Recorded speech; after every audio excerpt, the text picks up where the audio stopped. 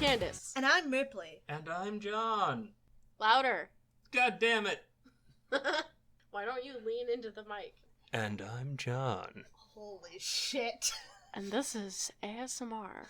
This is Comicsplaining. ASMR. It's ASMR version. I can't whisper, actually, because I forgot that this mic is too quiet. That mic is too quiet. You can't hear them. Now I'm going to start cutting your hair. Snip, snip, snip. And this is the show where Sauron is wearing pants. No, he's not. Yes, he is. Since I'm here, I vote no. No, I disagree. he's not. What does the cat have to say? Nothing. He's leaving. He wants no part of this. Elucidating.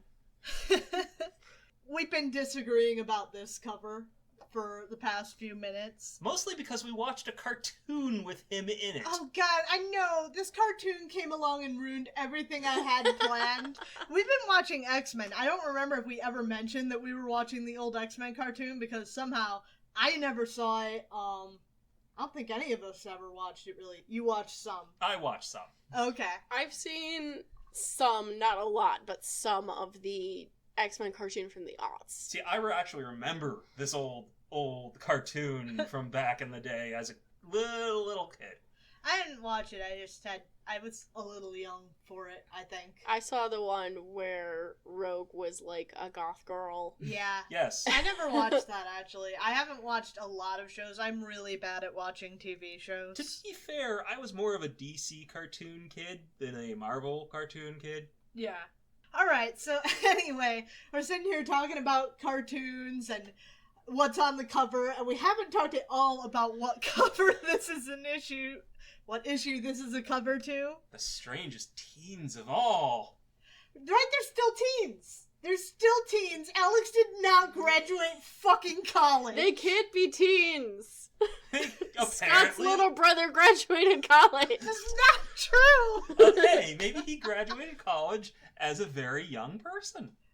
Right, maybe Alex, the idiot, is a child prodigy. Yes. A boy who ran off into the desert Yeah. wearing only a skirt, looking white as a fucking daisy. Yeah, graduated college at like 19? 16. I'm being generous. If 19. Scott is a teen, Alex cannot be 19. Right. Oh, no. So, this is stupid. Anyway, our first issue is X-Men 60 from July of 1969. Written Nice. by Roy... How many nices do you have left in your quiver for that? Well, Infinite. it's from July of 1969. Nice. So we've got 6 more months of 69 until Thor gets there. 69. So I think we've had I was gonna say we've had a total of 12 1969s, but that's not true because we both jumped the gun. Yes. Well, so that means I've got a couple extra 1969s in there. Yeah. Nice. Written by Roy Thomas. Penciled by Neil Adams, inked by Tom Palmer, and lettered by Sam Rosen. Now, you may or may not from the cover notice that we have got the introduction of another well-known name in the X-Men comics, which you did realize because we watched fucking cartoons. And that would be Sauron. And yeah, we'll get to his name, I promise. Please, I'm so curious. Why? This is not the wizard I signed up for. Before we start, though, I want to give a brief trigger warning in this episode for suicide. It's not, like, heavily handed or anything, but it is in there. So if you're sensitive to that, keep it in mind.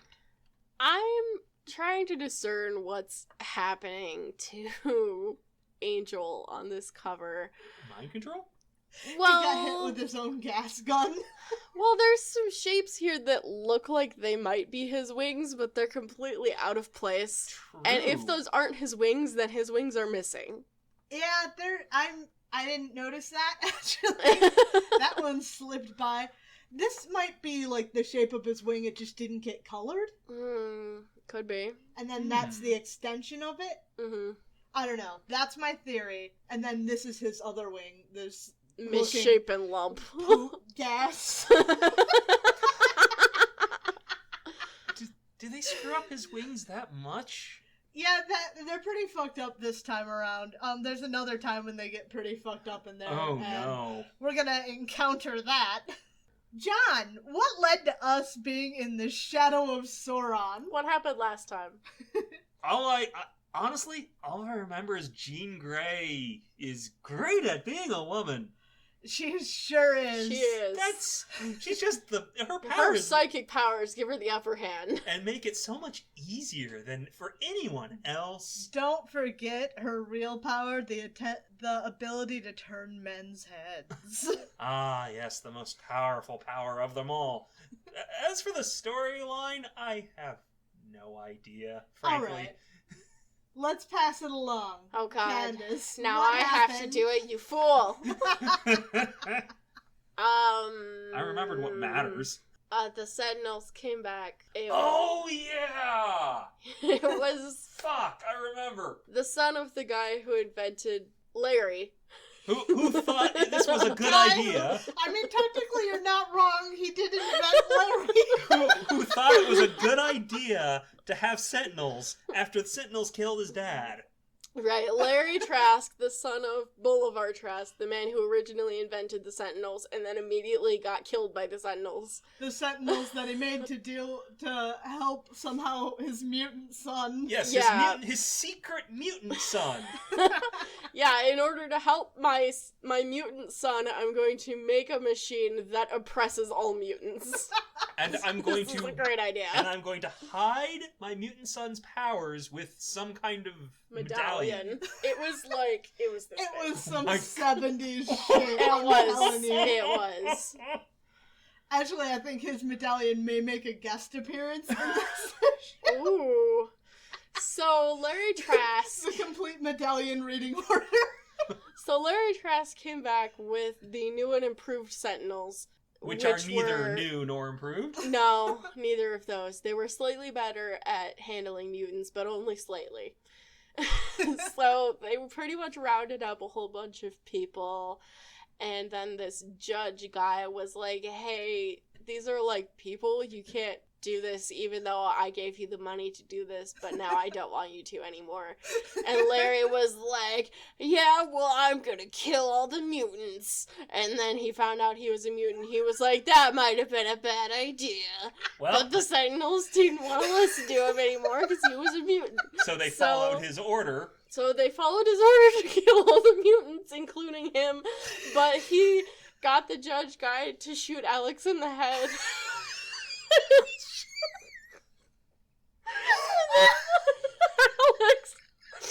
Alex broke them out, and then he ran off to a different room to explode, while Scott almost got killed by the Sentinels, but didn't because the judge jumped in front of the bullet.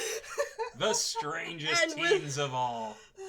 And the judge, as he was dying, told Scott to outwit the robots, I guess. So Scott told them to fly into the sun, and they did. And then Alex was dying because he exploded himself, and they called the doctor, but the doctor was a bad, evil man. Yeah, I think we pretty much hit everything apart from the X-Men playing dress up with the Brotherhood. Yeah, that did happen. Okay. So did that I don't clear things up for you, John? I don't remember some of that. I remember the failure son. We also forgot Alex running into the desert like a fucking I swear moron. Is it my fault? That's I can never seem to remember Alex at all. He's Like- not the most memorable. Like, I swear to God, everything involving Alex just goes in one ear and out the other, and it might as well be that he doesn't exist. Sorry, Havoc fans out there in the audience. So one thing I did notice from the last episode that we did is that I sniffled a lot directly into the mic, so I'm gonna try not to do that this time. Sorry, my allergies have been bad lately. the weather there's been so many pressure fronts and shit messing with our Oh my sinuses. god, our Pick a podcast temperature. is so good. We talk about the weather. It's called... And our sinuses and our old people problems. Yes. Pick a temperature. It's been that lately. It's currently 16. The other day it was like 50. Yep. It's gonna be like 40 tomorrow. But it's gonna stick. And then it's not. Because that's what weather does. That's Michigan. I got a pothole. I don't remember if I mentioned that. Our gripping podcast where I talk about my pothole. What is the sound of evil? Yeah, so we open up as we left last issue, though in a much more dramatic fashion. We see some sort of figure standing over another man strapped into some kind of apparatus. The narrator gets very dramatic about the sound of evil, and pretty much that the X-Men are walking into a trap of some sort. Speaking of the X-Men, let's get back to them. The X-Men are boarding one of the Sentinel ships to head back to the city and get Alex's help, even as Judge Chalmers is struggling to set things right. I see Blob. Yep, the Blob is there. That's the only thing that my eye focused on. There's the Vanisher. Yeah, and...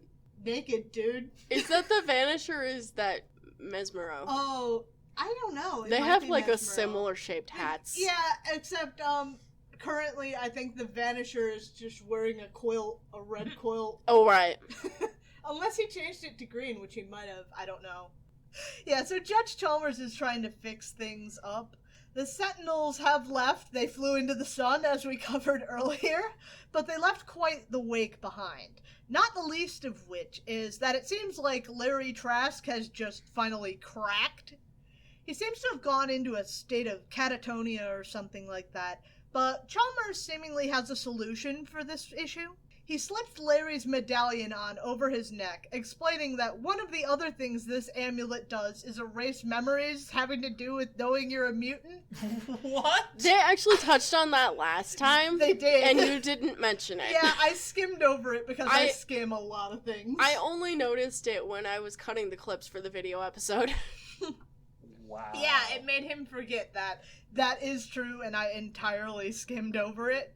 I'm not sure if I agree with the judge's approach, seeing as it leaves us blatantly open to having to fight Trask and his Sentinels again. Right? Since he doesn't remember this, but sure. So we're just gonna be back here next week with new Sentinels that are just as bad as the Sentinels that got sent into the sun. New Judge Sentinels, Chalmers, have same you as the old considered Sentinels. just sending the boy to therapy? Right? It's the 60s. I don't think You therapy know, is true, for... fair. True and fair. Fair. So what you do is you send him to the local bar, and you have him talk Send him to boot camp. and you have the bar guy talk to him. That's how you... Send him to church. That was Take also me valid. to church. So the X-Men finally finish boarding and take off into the skies. Hank explains to a befuddled Warren that the doctor they're taking Alex to is a longtime peer of Professor X, with the two of them having worked on the very subtly named Project Mutant.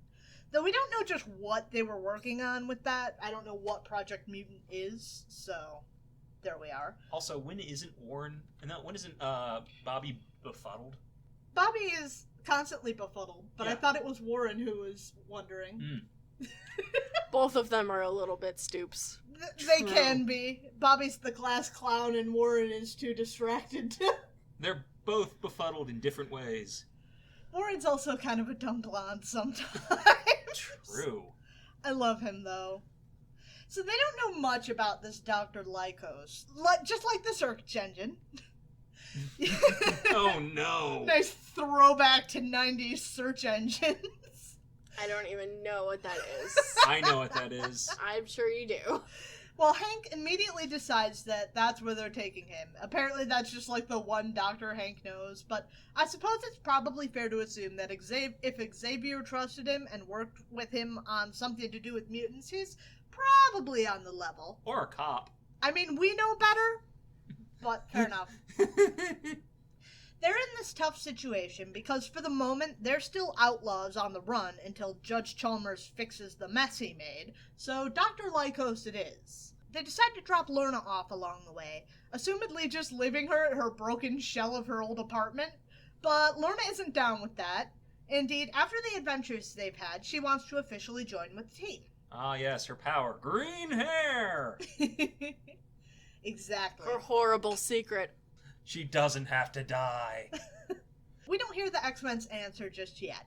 Instead, we flash forward to the doctor's office. For all of the drama on the first page talking about the sound of evil, it seems that Dr. Lycos' patient is doing just fine. Just fine might actually be a little bit of an overstatement. Awakening from some sort of hypnosis treatment, the man feels weak and exhausted, and he looks the part entirely. Dr. Lycos reassures him that it's a common side effect, and he may actually do better if he increases his treatments. He schedules his next appointment, just as Jean and Scott carry Alex in, draped over their shoulders. I'm not entirely clear if he's regained consciousness. I mean, he does seem to be kind of holding his head up a little, but his eyes are closed whenever we see him, so I don't know. If he's still unconscious, that's probably a little troubling. After a cursory examination, Lycos explains that Alex has broken a few ribs, but will be okay with treatment. Scott and Jean are prepared to settle in for the long wait that I'm sure anyone who's ever had to stop by the ER can sympathize with, even if this does seem to be a private practice, but Dr. Lycos won't have it. Shiftily, he explains that he has secret methods and needs privacy, and that they should come back tonight to pick Alex up rather than waiting. Which seems sketch as hell. Scott feels much the same, I think. He argues that Lycos has been watching too many Ben Casey reruns. Does anybody know what that is? I looked into this a little bit to see if I could figure out what that meant.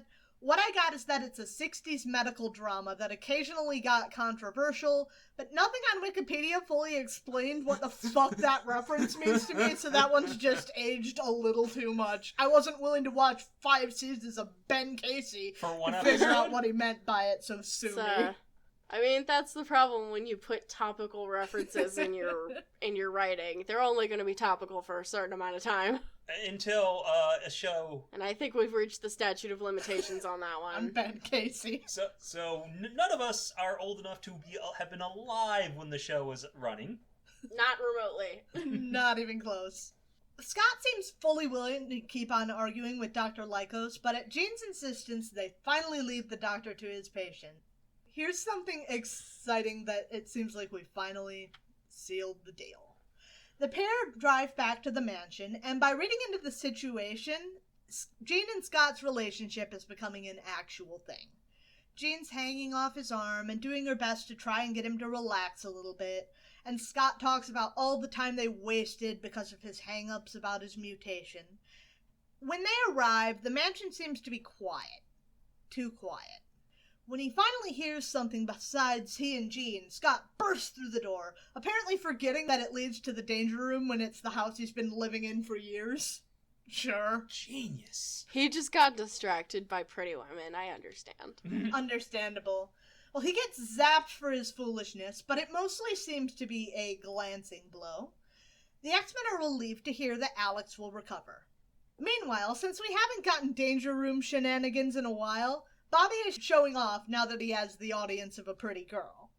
He wants to impress Lorna, but in doing so might have overestimated his skill a little bit. Warren and Hank quickly rescue him from his predicament, but can't resist the temptation to tease him a bit in front of his lady love, tossing him around the room. Oh god. They're Hank, like your big hands, brothers. Hank's hands and feet make me so uncomfortable. I know, they're so... You don't normally have to see them, but You're right, they're really bad. I don't normally have to see them. It doesn't matter who's the artist, they're always bad, sometimes in different ways.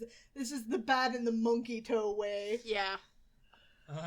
But I just love this pair of big brothers embarrassing him in front of the girl he likes. They're doing like a trapeze act. Throwing him around the room. Lorna, though, now talking with Jean, doesn't quite agree with the assertion that she's Bobby's girl. She might want to tell Bobby that. Yeah, I think that would be a good cause, or a good... Call. Yeah. That one. Yes. The girls decide to have a little fun, activating more devices in the danger room. Also, seemingly whatever issue Lorna was having with her powers before is resolving itself. Part of me wonders if the reason she thought she was losing her powers is just that she needed to keep practicing and stop. I'm so happy that there's another girl now. I know, right? How long does it last? It lasts at least until the hiatus, and she still shows up some after that. Okay, that gives me hope. Right. Well, don't get too much hope because it's not long before the hiatus. God damn it. But, yeah, it's really nice. Also, god damn, Neil Adams draws a pretty woman. He does. That art is so different from some of the earlier stuff. Yes. They really...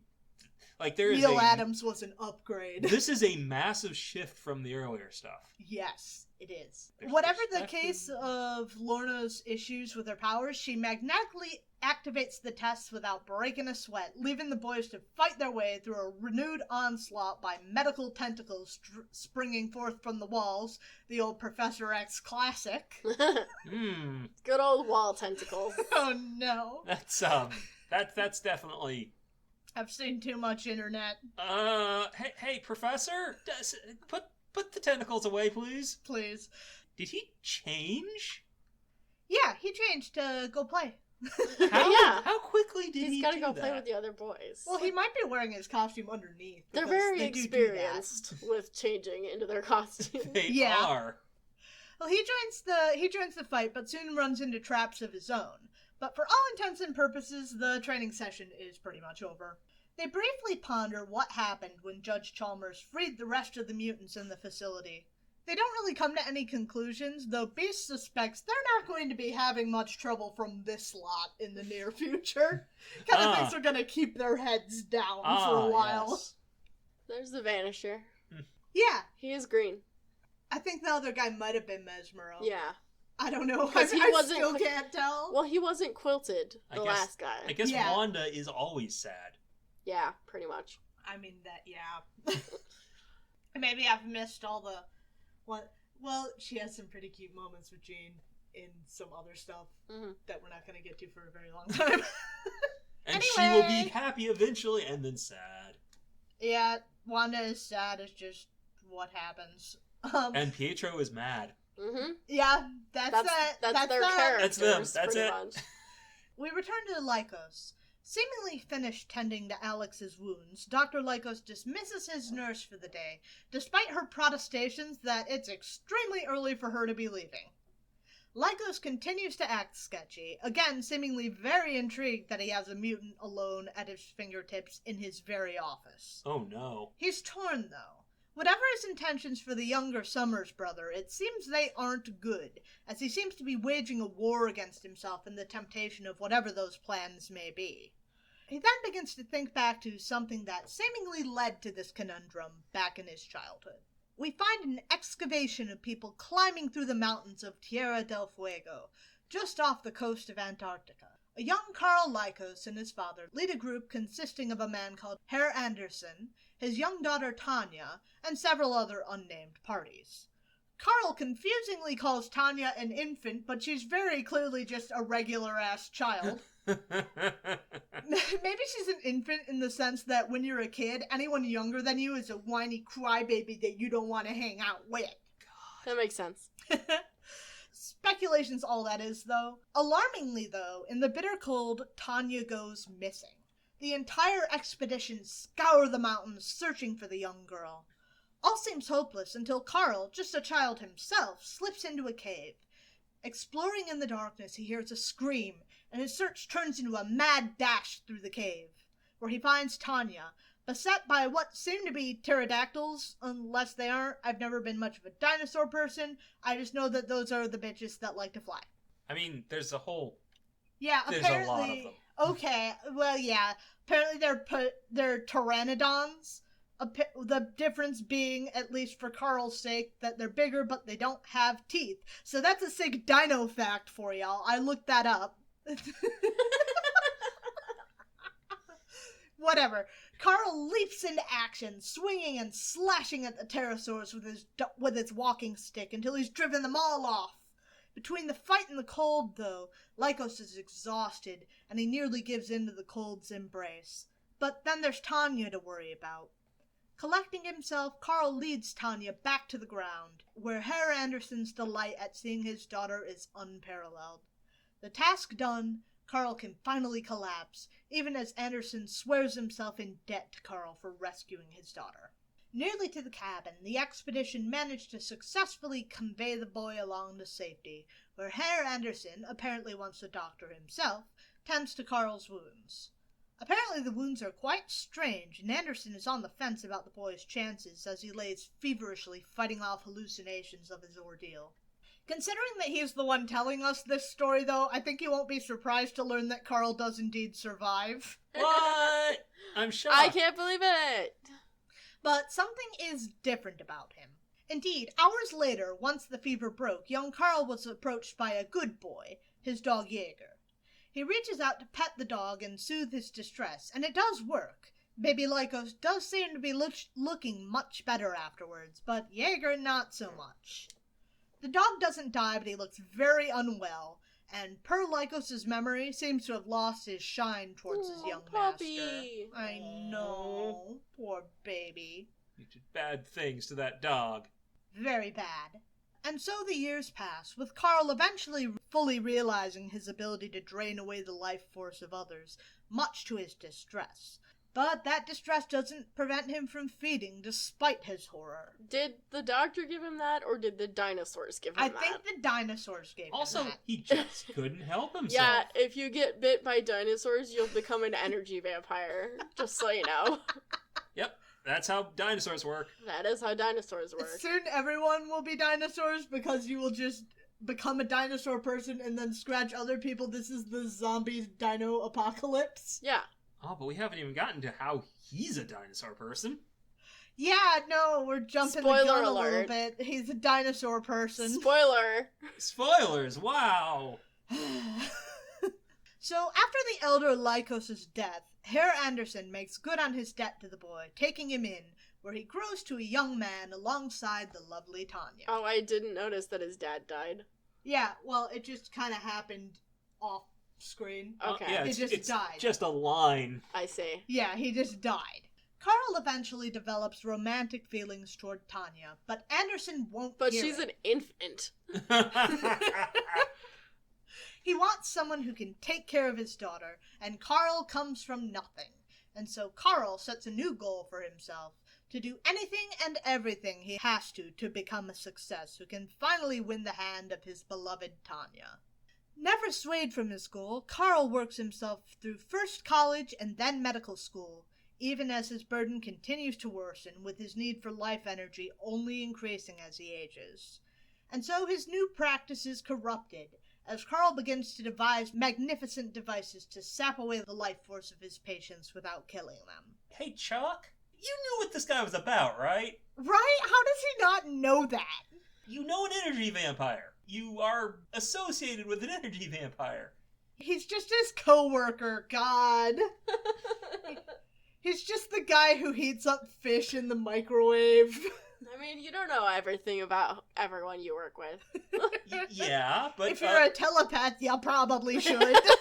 Fair enough. Apparently the telepath, Charles Xavier, doesn't know that he was associated with an energy vampire. Well, what's worse is here... Apparently he knew that the real prize would be finding mutants, as the energy he could draw from them would be even stronger than your average Joe.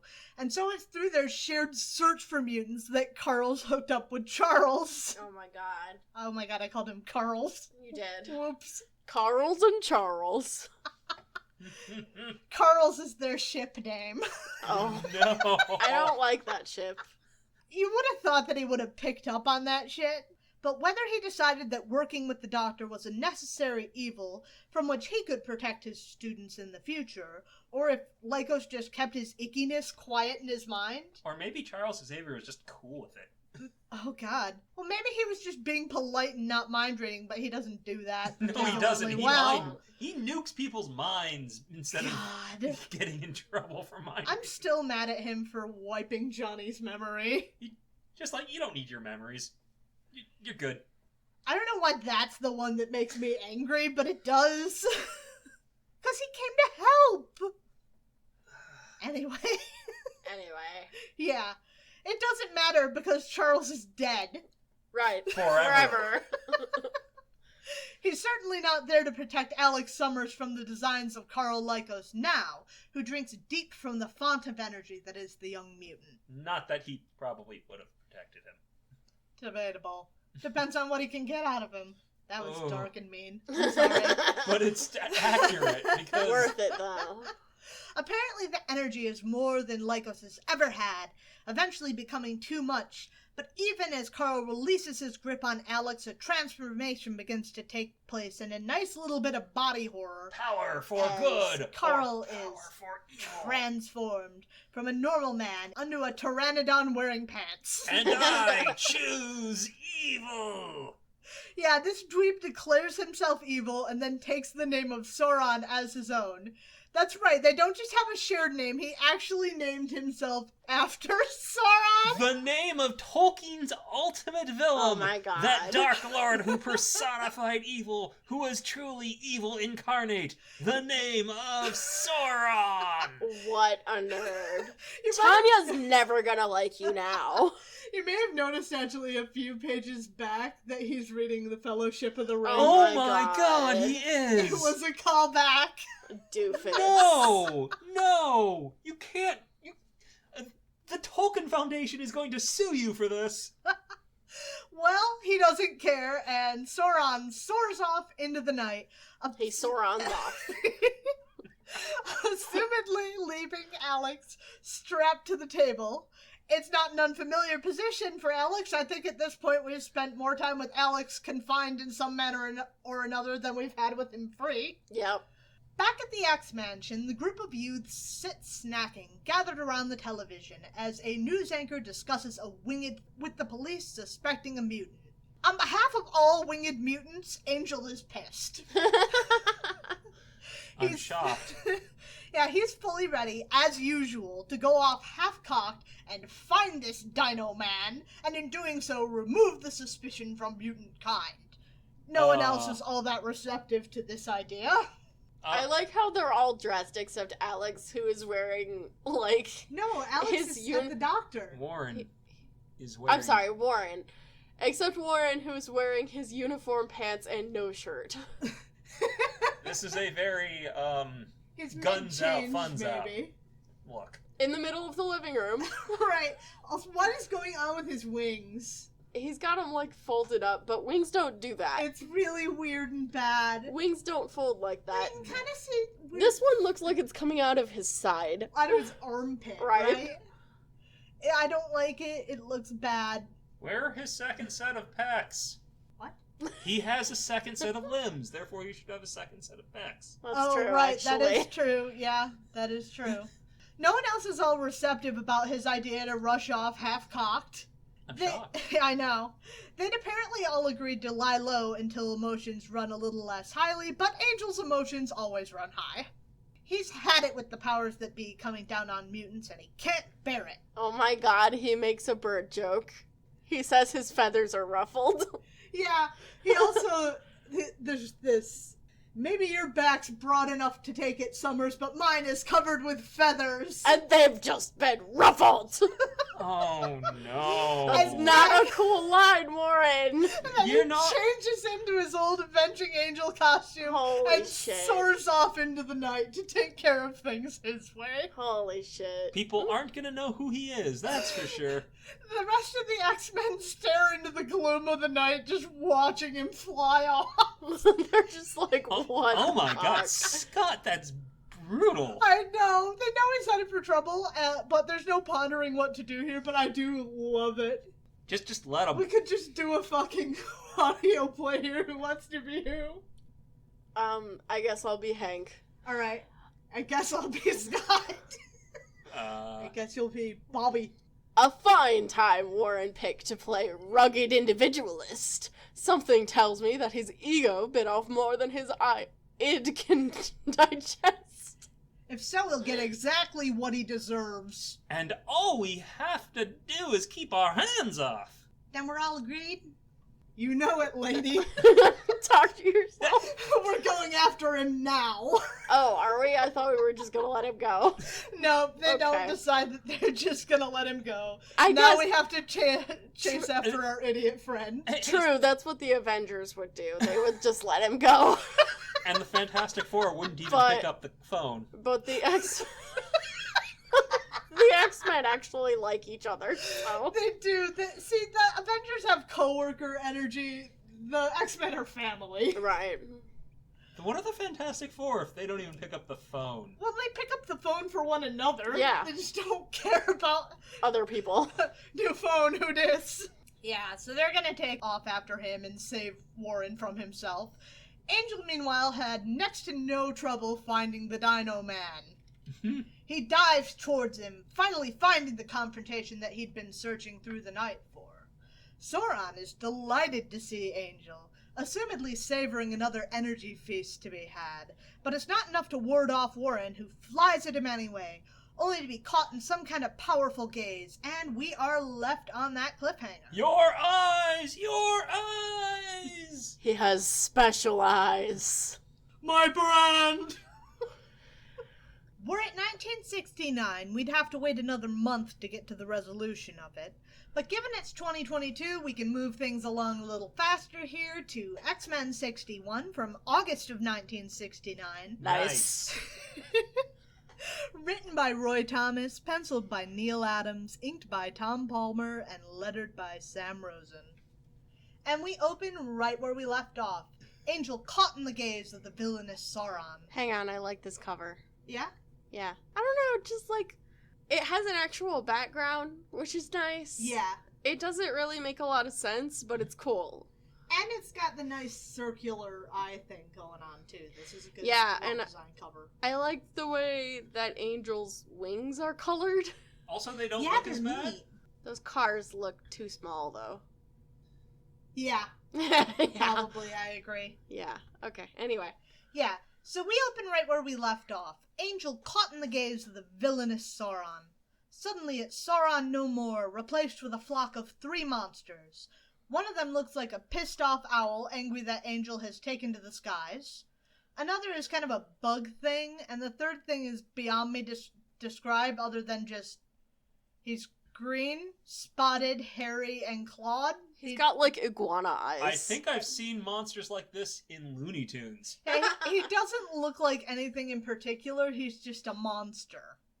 So Warren ducks and weaves between the giant monsters, diving out of the way of one, only to end up in the clutches of another, which he mostly escapes but for a graze on one of his wings. But he comes to the realization that something isn't right because he didn't feel that graze. And after an adolescence spent dealing with Mastermind's illusions, he thinks he knows he might just know what. Angel dives at the monsters, wings spread fully open, not feeling a one of them. He knows that they aren't there, but Warren still sees the monsters. Real or not, he decides to beat them up for some reason. God damn it, Warren! Until they finally fade away. Angel's relief is short-lived, though, as the Lizard Man returns back to the scene to fight the Angel anew.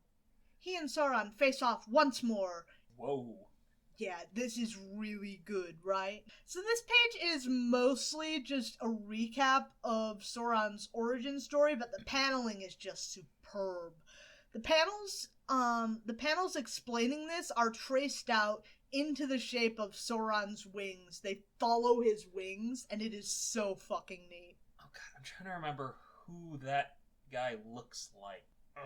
Reed Richards. Vincent Price. Yes! He looks Strange. like Vincent Price. Glad I knew that. Sauron's about to begin his assault on Angel once more when a mighty blow knocks him askew. From down below we see Cyclops responsible, the rest of the X-Men right alongside him. Sauron recovers from the blow, and it's Marvel Girl's turn at bat. She uses her telepathy to brain blast this fool, when suddenly she too is caught in Sauron's hypnotic gaze, horrified to turn and see her friends morphed into monsters. Okay. Those are... yeah. Sauron cackles from above when Angel gives him a hearty right-hooked reminder that he's still there. but that brings Angel within reach for Lycos to ensnare in his grasp. Luckily, there are still other X-Men in the fight, and Beast springs into action, knocking Sauron askew and freeing Angel from his talons. Since they're in the air, I assume Beast, launched off of the railing of the bridge. Yeah, that's what I think happened. Leaping punched him in the face. Because otherwise, that Beast shit's can gotta fly. hurt. Yeah. As a bonus, it sends Sauron right into Iceman's crosshairs, and he slides in from behind, leaving a hefty coating of ice on the Saur's wings. The cold reminds Lycos of that day in Tierra del Fuego, and he quickly reacts, breaking free of the ice, shattering Bobby's ice slide, and sending the young man careening downward. Yeah, Bobby, you can't fly. You gotta be careful. Well, luckily Marvel Girl is recovered from her bout of hypnosis, and she catches her friend, reeling him back to the ground. Angel continues engaging Sauron from the skies, and they weave in and out of these bridge pylons, because they're doing all of this around one of those huge freeway interchanges with roads every which way, and under a bridge, too. It makes for a really cool fight venue. It's very neat. Suddenly, Sauron feels something is wrong. He feels his change beginning to reverse, and still aloft, that leaves him in a dangerous situation. There's no way to gracefully fit in the fact that back at Lycos' office, a still sleeping Alex begins to stir at the ringing of the phone, and at the other end is a woman who finally gives up her call. There's no way to gracefully handle it, it's just kind of happening at the same time. Neat framing, though. It is. Yes, it is. Angel, still on Sauron's tail, follows him underneath one of the bridges. In a desperate last attempt, even as his transformation is continuing, Sauron leaps out from behind one of the pylons, ensnaring the Angel in its grasp once more, and catching eyes yet again with a hypnotic gaze. He commands Angel to fly him to safety so he can escape. Angel does, with Lycos' transformation fully reversed as the pair soar off, Carl armpit carried away. The other X-Men realized what was happening, though. Yeah. Angel didn't. He was fine. Fine. Yeah, he didn't have a problem with it. Warren delivers Lycos safely to his office. Carl readies to return to tending to Alex when he realizes the light is on elsewhere in his office. He bursts in, ready to confront the intruder, only to find Tanya. Since Carl left his care, it seems that Herr Anderson has forbidden Tanya to see Lycos, but they've kept in touch by phone. But when she rang tonight, only to be met with no answer, she came right away, concerned about her love. They embrace, even as the X-Men arrive, changed back into their civilian clothes down below. They still haven't found Warren, and they have no idea where he's gotten off to, but they do still need to check up on Alex. When they arrive, much to their relief, they find Alex, finally conscious and seemingly feeling quite well. Wow.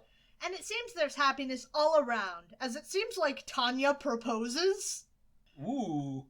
I think you could also read it as her just dreaming about what she wants to be the future, but I prefer my interpretation.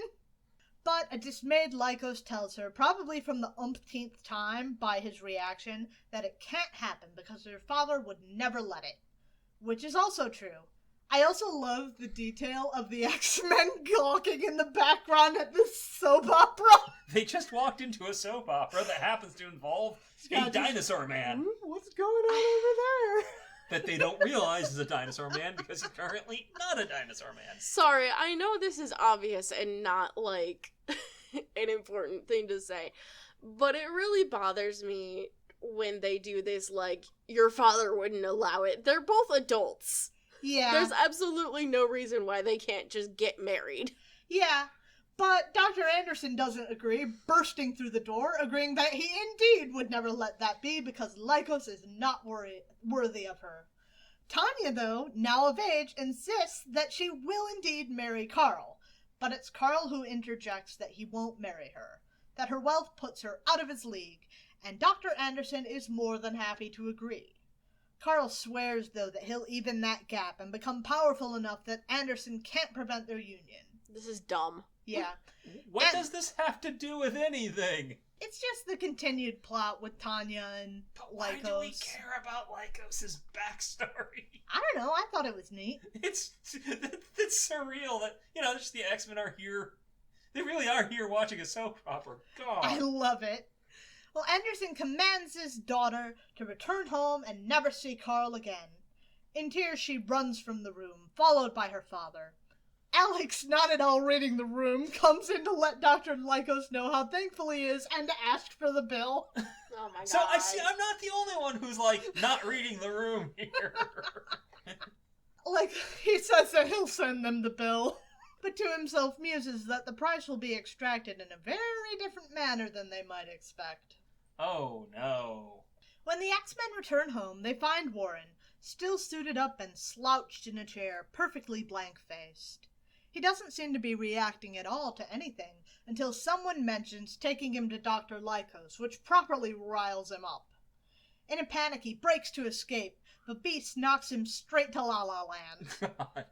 The X-Men, concerned, ready to go get Dr. Lycos to make a house call for their friend. No! While Alex and Lorna look through the files to see what they can scrounge up on this doctor they've been dealing with, to which Bobby gets jealous. I like how Bobby just, latched onto this girl. He's completely forgotten about Zelda, but he latched onto this girl in the way that only a closeted person would. Right. Oh my god, a girl! I can finally date a girl. I have to date a girl. I have to. This is the one. There she is. After the bunch leave, they're doing just that, where they find that Charles did indeed know of Lycos' condition, describing him as a non-mutant variant, which I'm not entirely sure what makes that different from anyone else that's been changed, like your Spider-Man or your Fantastic Four, who weren't just, born this way. Did they have were they differentiating that yet? We already knew mutants were a different thing. Yeah. They have mutants and then been... they have people who aren't mutants. But they have other radiation that makes them other things, which... Lorna realizes that Alex has fallen asleep, just as she realizes that Bobby's fears were founded, as she's developed quite the crush on the younger Summers brother. She's too busy smiling over at him fondly to realize that someone is creeping up behind, until it's too late, and Lycos grabs her by the face, draining her life force from her. Lorna is fast rendered unconscious, and with the snack of energy from her, Warren, and Alex, Lycos departs once more into the skies, making ready to unleash his vengeance on Dr. Anderson. This is no longer a soap opera.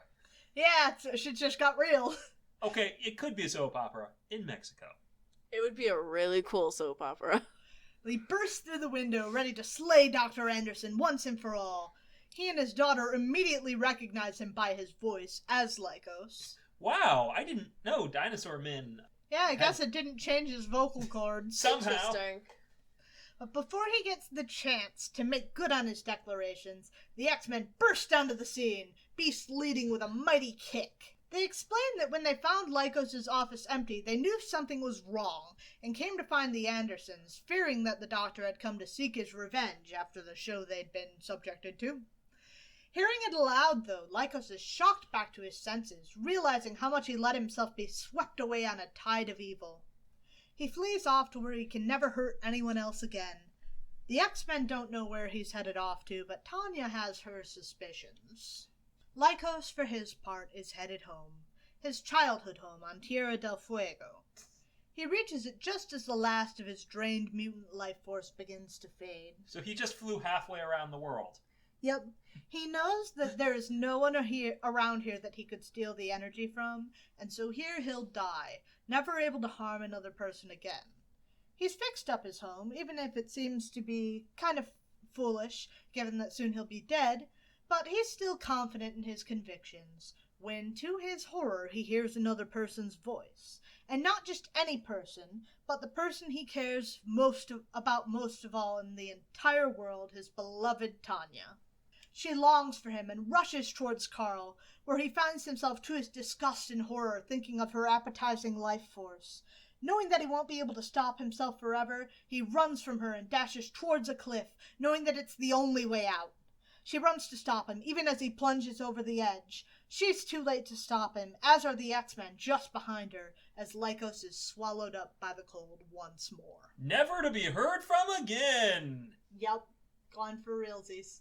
Yeah, it's not like there's any place in the South Pole that he could have gone that has dinosaurs or anything.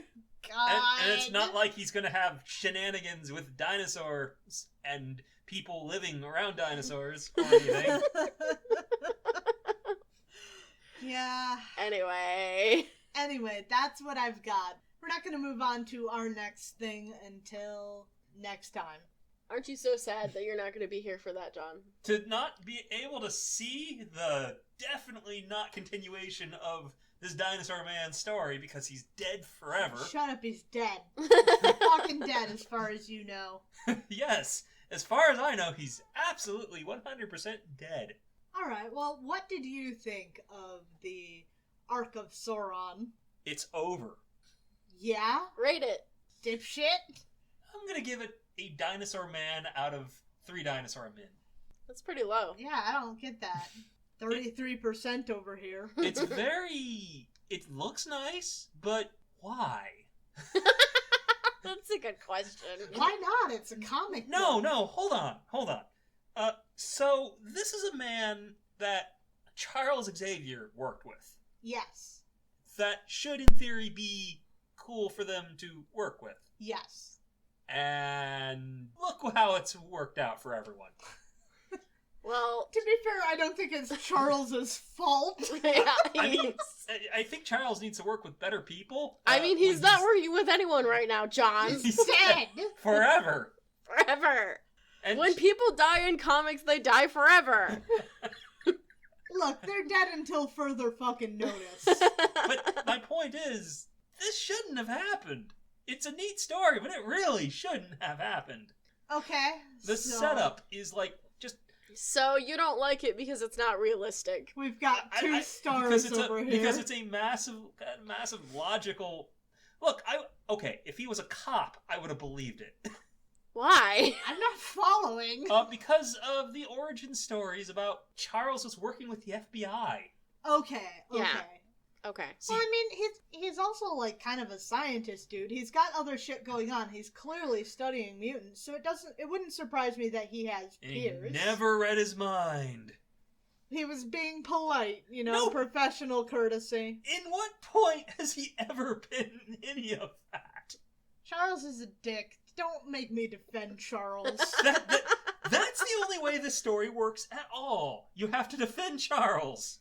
I don't agree with John's rating. I'm gonna give it a 4 out of 5. That's where I stand, too. I don't think it was as good as the Sentinels, but it's not bad. Because, I mean, at least the Sentinels make sense because hubris is hubris. There's no real fun, logical fallacy of, I trust this man.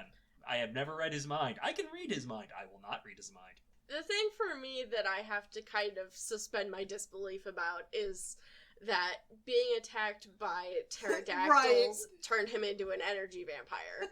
So that's the only thing that I have issues with. Now, I'm willing to accept that, but Charles Xavier would have read his mind and then nuked his mind if he found something he didn't like.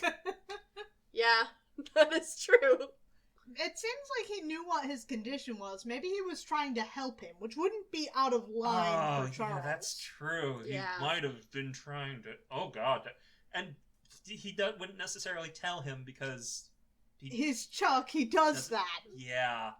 Hi, I've just been keeping my stepbrother's comatose form in the basement, kids.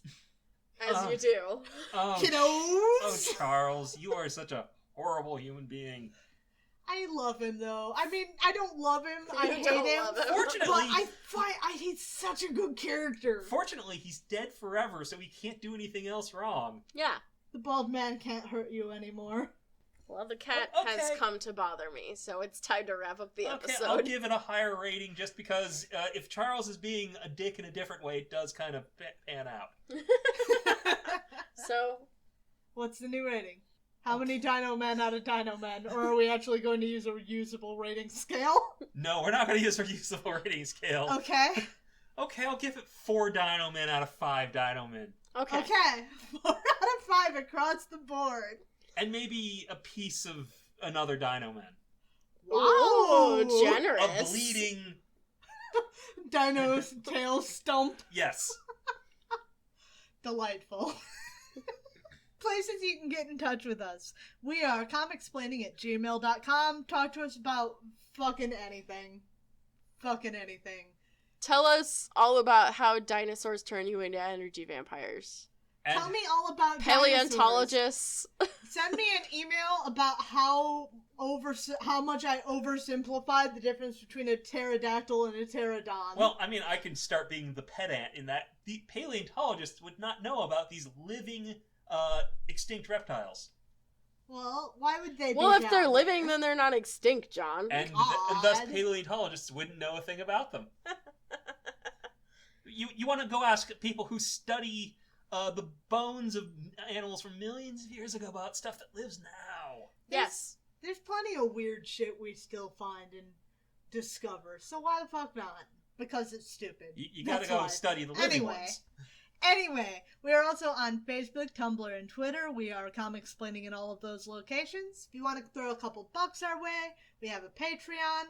You could support us like our good, fine patron Robin at the MVP of the show. Or coffee. We also put out a video version of the show every week over on YouTube, which is also something you could do to support us. Like, subscribe, and hit the notification bell. God. Rate and review us over on your podcatcher of choice. But the one that apparently only really matters is still iTunes.